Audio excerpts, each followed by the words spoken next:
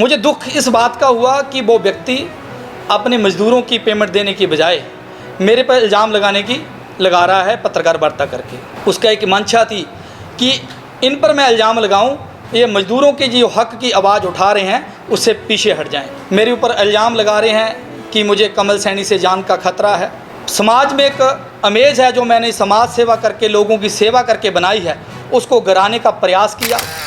भारतीय जनता युवा मोर्चा के प्रवक्ता कमल सैनी ने हरोली उपमंडल के सिंगा स्थित एक उद्योग के मालिक के खिलाफ आपराधिक मानहानि का मुद्दा दायर कर दिया है। इस पूरे प्रकरण की शुरुआत अगस्त महीने के अंतिम दिनों में हुई, जब इस उद्योग के कुछ कामगारों ने 2 महीने का वेतन नहीं मिलने को लेकर उद्योग परिसर के बाहर प्रबंधन के खिलाफ मोर्चा खोल दिया था।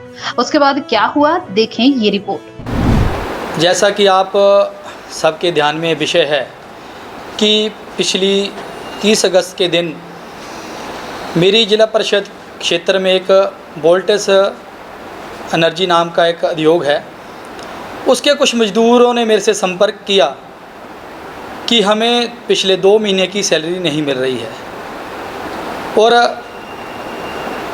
एक चुने हुए प्रतिनिधि के नाते मेरा दायित्व बनता था कि उन मज़दूरों की, उन गरीब लोगों की जो उनका हक़ नहीं मिल रहा है, उनके हक़ के लिए आवाज़ उठाऊं।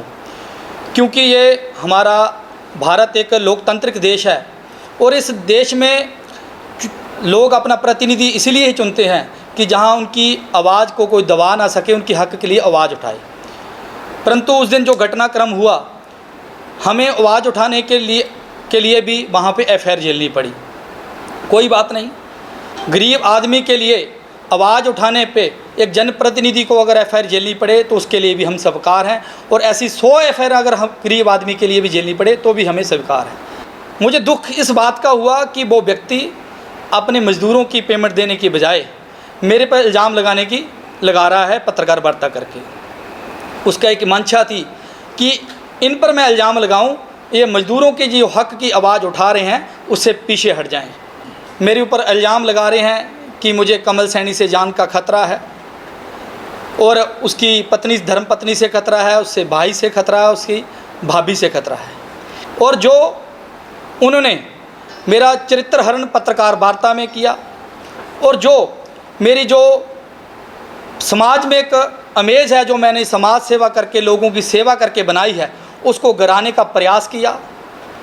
और उन्होंने जो मेरे को मानसिक आघात पहुंचा है, मेरी ऐसे लांछन लगाने के बाद जो मेरी फैमिली को मानसिक आघात पहुंचा है, क्योंकि मैं एक न्यायिक व्यवस्था में विश्वास रखने वाला व्यक्ति हूं और मुझे कानून और न्याय व्यवस्था पर पूरा भरोसा है। इसलिए उस सारे वीडियो को देखने के उपरांत मैंने ये मन बनाया कि इस व्यक्ति पर अब मुझे कानूनी कार्रवाई करनी चाहिए, और उस कानूनी कार्रवाई करते हुए मैंने माननीय न्यायालय पर उस पर क्रिमिनल डेफामेशन का केस दायर किया है।